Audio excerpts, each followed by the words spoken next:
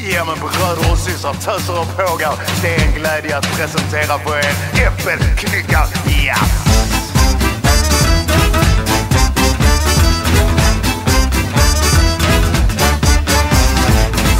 Grannen är hack i hälen, påstår att jag själv kunnat släppa träd. Jag vill ju vänner, måste göra något åt vår misär. Far han är proletär och jobbar sent men har inte råd med käk. Så klart jag har mina själar, för övrigt är ju grannen miljonär. Jag måste springa nu, för om vännen hinner upp mig får det nog ett tråkigt slut. Men jag kan inte tveka nu, för om morsan kommer på mig blir det utegångsförbud. Mor hon är missionär och säger att jag missade en himla världsson. Prosten lovar mig själv på söndagsbönen men jag var inte där. Att jag skapar besvär i grannskapet med maten är inte här så.